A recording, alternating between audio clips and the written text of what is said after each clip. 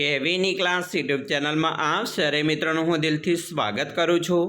આજે વિદ્યાર્થી મિત્રો વાત કરવા જઈ રહ્યા છીએ ધોરણ 11માં આપણી વાર્ષિક પરીક્ષા જે ભૂગોળ વિષયની લેવામાં આવનાર છે તે કુલ 80 ગુણનું પેપર હશે। મિત્રો તમારી નવી બ્લુપ્રિન્ટ પ્રમાણે કેવી રીતે પેપર પૂછાવાનું છે, કયા પાઠમાંથી કેટલા ગુણનું પૂછાશે અને તમારું પેપર કેવું આવવાનું છે, તમામ વિગત સાથે આપણે આ વિડીયોમાં ચર્ચા કરવા જઈ રહ્યા છીએ। તો ચાલો વિદ્યાર્થી મિત્રો વિડીયોની શરૂઆત કરીએ। તેના પહેલાં તમે ખાસ કરીને ચેનલમાં નવા હોય તો ચેનલને મિત્રો અવશ્ય સબસ્ક્રાઇબ કરી વિડીયોને લાઇક અને શેર કરવાનું પણ ન ભૂલતા। વિદ્યાર્થી મિત્રો આપણું જે પેપર છે તે 80 ગુણનું હશે। તેની અંદર મિત્રો સૌપ્રથમ આપણે પ્રશ્નના પ્રકાર પ્રમાણે ગુણભારની વાત કરી લઈએ। નવી બ્લુપ્રિન્ટ છે 2024-25ની, તેના અંતર્ગત તો હેતુલક્ષી પ્રકારના પ્રશ્નો મિત્રો તમારે કુલ 24 ગુણના પૂછાશે।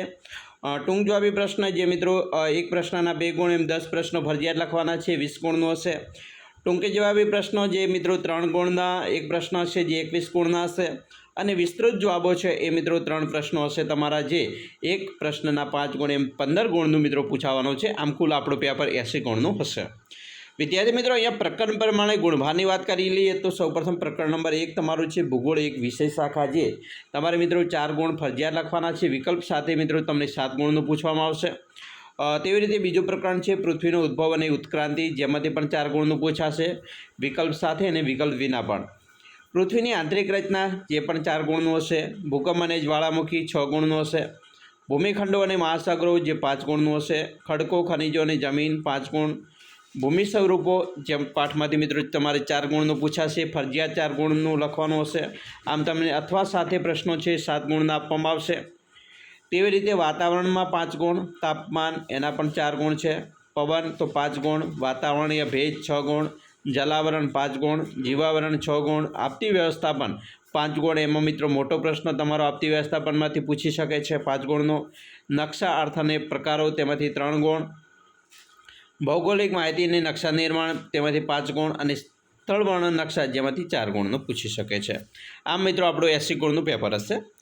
વિદ્યાર્થી મિત્રો તમારું જે પ્રશ્નપત્રની વાત કરી લઈએ તો વિભાગ નંબર એની અંદર તમારે મિત્રો કુલ 1 થી 16 હેતુલક્ષી પ્રકારના પ્રશ્નો પૂછાશે 16 ગુણના।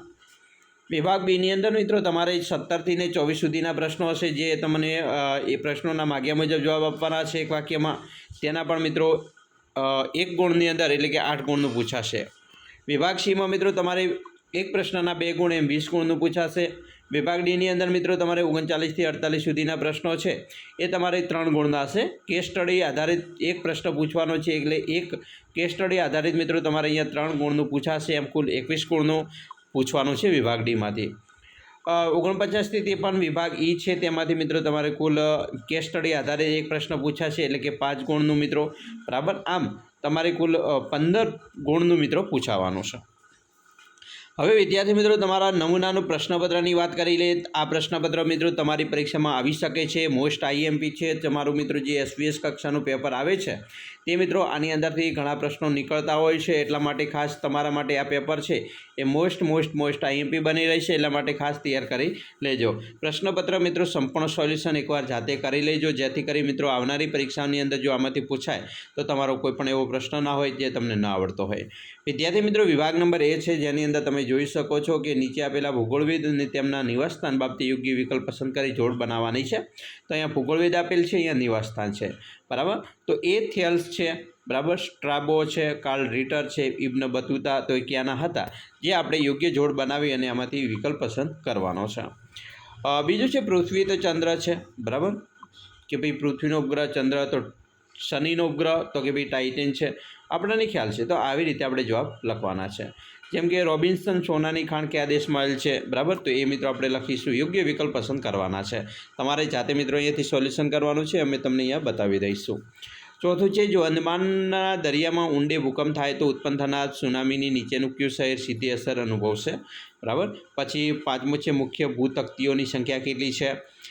પછી 6થું છે સૌથી કઠણ ખનિજ કઈ છે। મિત્રો તમને જવાબ આવડતા હોય તો કોમેન્ટ બોક્સની અંદર અવશ્ય લખજો, જેથી કરી બીજા વિદ્યાર્થી મિત્રોને પણ ફાયદો થઈ શકે, બરાબર, એમને બીજું શોધવું ના પડે, એની સીધું જ તમને કોમેન્ટ બોક્સની અંદરથી મળી રહેશે। 7મું છે સમુદ્ર પાણીથી રચાતા સરોવરને કયા નામથી ઓળખવામાં આવે છે, જે આપણે લગૂન તરીકે ઓળખીએ છીએ। 8મો છે પ્રશ્ન, નીચેનામાંથી કયો વાયુ ગ્રીન હાઉસ વાયુ નથી એવું કીધેલું છે, બરાબર, તો નથી એની વાત છે. પછી 9મો પ્રશ્ન છે, નીચેની આકૃતિ જોઈને પ્રશ્નાચિહ્નના સ્થાને જવાબ લખવાનો છે, બરાબર. અહીં મિત્રો સમુદ્ર સપાટી તો કે ભાઈ સૂર્ય, બરાબર, તો શું હોય તો પરાવર્તક ગુણાંક હોય છે કે આલ્બેડો હોય છે તે આપણે લખીશું. દ્રષ્ટિવિહીન વિદ્યાર્થી માટે આ પ્રશ્ન મિત્રો બનશે તમારો કે સૂર્યમાંથી આવતા કિરણો જળ સપાટી પર પડતા પરાવર્તિત થાય છે તેને શું કહે છે, બરાબર. પછી મિત્રો 10મો પ્રશ્ન છે, નીચેની આકૃતિ કઈ લહેરોના નિર્દેશ કરે છે તે એ પણ આપણે અહીંયા લખીશું યોગ્ય જવાબ, બરાબર. દ્રષ્ટિહીન વિદ્યાર્થીઓ માટે પ્રશ્ન છે કે રાત્રે દરિયાઈ કિનારે કયા પ્રકારની લહેરો ઉદ્ભવે છે. 11મો પ્રશ્ન છે, નીચેનામાંથી કયું વાક્ય ફેરલનો નિયમ સૂચવે છે, બરાબર, તો એ પણ લખીશું મિત્રો, યોગ્ય વિકલ્પ પસંદ કરીશું. 12મો છે, નીચેના વાક્યમાંથી કયું વાક્ય ખોટું છે. 13મો છે, વીજળીનો ચમકારો એ કયા જૈવ રાસાયણિક ચક્ર સાથે જોડાયેલ ઘટના છે, બરાબર.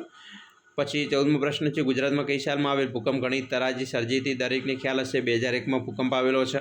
15મો છે, નાના માપના નકશાથી મોટા માપના નકશા પ્રમાણે ક્રમાનુસાર ગોઠવી, મિત્રો અહીંયા ગોઠવણી કરવાની છે, યોગ્ય ક્રમ લખીશું. વિધાન અને કારણ આપવાનું છે, બરાબર. આવા પ્રશ્નો છે મિત્રો તમારી પરીક્ષાની અંદર મિત્રો પૂછી શકે છે. વિધાન છે કે ભાઈ એ વિધાન જીપીએસનો ઉપયોગ મોટર ગાડીઓ અને મોબાઈલમાં પણ થાય છે, અને કારણ છે જીપીએસનું ઉપકરણ દ્વારા વ્યક્તિ પૃથ્વીની સપાટી પર તેના સ્થાનની ચોકસાઈથી ઓળખ કરી શકે છે. તો યોગ્ય વિકલ્પ પસંદ કરવાનો છે. વિભાગ બીની વાત કરીએ તો મિત્રો 17થી 24 સુધીના પ્રશ્નો પૂછાશે, જે પણ 1 ગુણની અંદર હશે. જે મિત્રો તમારો પ્રશ્ન છે કે ભાઈ ભૂગોળ શબ્દનો અર્થ આપો. પછી 18મો છે, ભૌગોલિક સંકલ્પના સમજાવો, નીફે. 19મો પ્રશ્ન છે, જિગ્સો ફિટ ફઝલ રમત કયા સિદ્ધાંતને લાગુ પડે છે. 20મો છે, ખનિજ ઉપર ઘસરકો થાય અને તે જે પ્રતિકાર કરે તે પ્રતિકાર એટલે ખનિજની નકરત.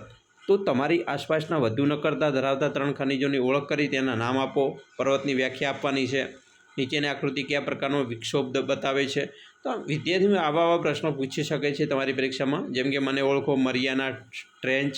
પછી 24મો છે, શું તમે કોઈ એવી પરિસ્થિતિનો વિચાર કરી શકો છો જ્યાં જીપીએસ પ્રણાલીનો ઉપયોગ દુષ્ટ હેતુઓ માટે થઈ શકે, બરાબર. પછી વિભાગ સી છે, તો વિભાગ સીની અંદર પણ મિત્રો તમારે 2 ગુણની અંદર પ્રશ્ન પૂછી શકે છે. કેવા પ્રશ્ન પૂછાશે એ આપણે અહીંયા બતાવી દઈશું તમને, જેમ કે વર્તમાન વિશ્વ કઈ સમસ્યાઓ સામે ઝઝૂમી રહ્યું છે. મિશ્રાવણ એટલે શું. ભૂમિગત અણુ ધડાકાના નુકસાનકારક છે, સમજાવો. જમીનની મુખ્ય 4 ભૌગોલિક લક્ષણો કયા છે.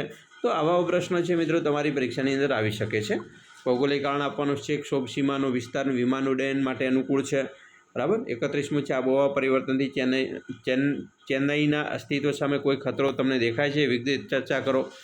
તો આવા પ્રશ્નો મિત્રો તમારી પરીક્ષામાં મિત્રો પૂછી શકે છે. દુષ્કાળ એટલે શું, અહીંયા મેં ધીમે રહીને સ્કીપ કરું છું. મિત્રો તમામ પ્રશ્નો છે તમારી પરીક્ષા માટે મોસ્ટ આઈએમપી બની રહેશે, એટલા માટે એકવાર અવશ્ય આ પ્રશ્નપત્રનો અભ્યાસ કરી સોલ્યુશન કરજો. વિભાગ ડીની વાત કરીએ તો મિત્રો અહીંયા તમારે 39થી 48 સુધીના પ્રશ્નો છે. 7 પ્રશ્નો મુદ્દાસર ઉત્તર લખવાના છે, બરાબર.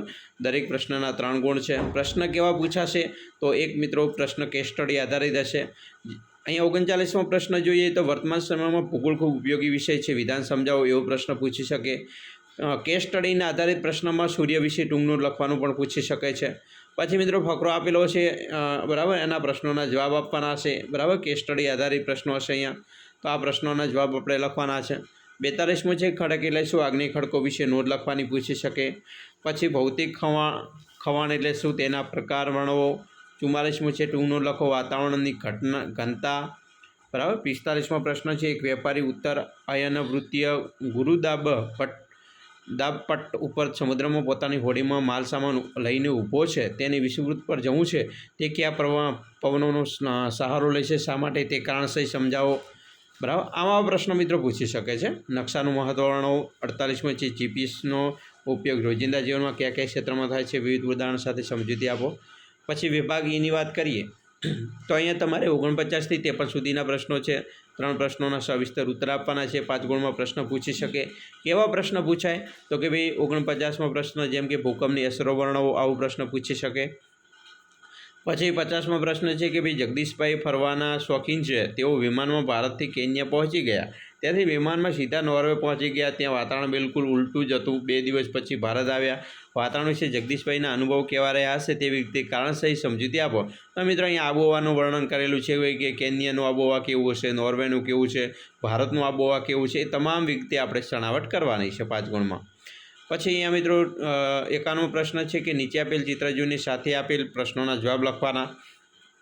બરાબર, તો અહીંયા પ્રશ્નો આપેલા છે ચિત્રના આધારિત કે ભાઈ એ સ્થાન યોગ્ય બાજુનું નામ લખો. બરાબર, એવી રીતે બીના સ્થાને વરસાદનું પ્રમાણ કેવું હશે. સી છે કે ભાઈ આ ચિત્ર કેવા પ્રકારનું વૃષ્ટિનું વર્ણન કરે છે. બરાબર. ડી છે તો કે ભાઈ આ આકૃતિ સમજ્યા પછી તમે કહી શકશો કે મલબાર કિનારે કે દખણનો ઉચ્ચપ્રદેશ બંનેમાં ક્યાં વધુ વરસાદ પડતો હશે. ઈ છે વરસાદ છાયાનો આદેશ વધુ વરસાદ મેળવે છે કે ઓછો જણાવશો. એના પછી દ્રષ્ટિહીન વિદ્યાર્થીઓ માટે એક પ્રશ્ન છે. 51મો ભૂપૃષ્ઠની વૃષ્ટિ પર વિસ્તૃત નોટ લખવાની આવે. 52મો પ્રશ્ન છે આહાર શૃંખલાનો મુદ્દાસર સમજૂતી. અને 53મો પ્રશ્ન છે કે કુદરતી પ્રકોપ અને દુર્ઘટના વિશે સવિસ્તર સમજૂતી આપો.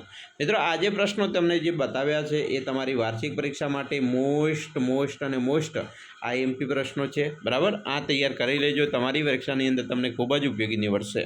અમે આશા રાખીએ છીએ તમને આપણો વિડીયો ખૂબ જ ઉપયોગી નીવડશે. અને ખાસ મિત્રો વિડીયો ગમે હોય તો લાઇક, શેર અને સબસ્ક્રાઈબ કરવાનું પણ ન ભૂલતા.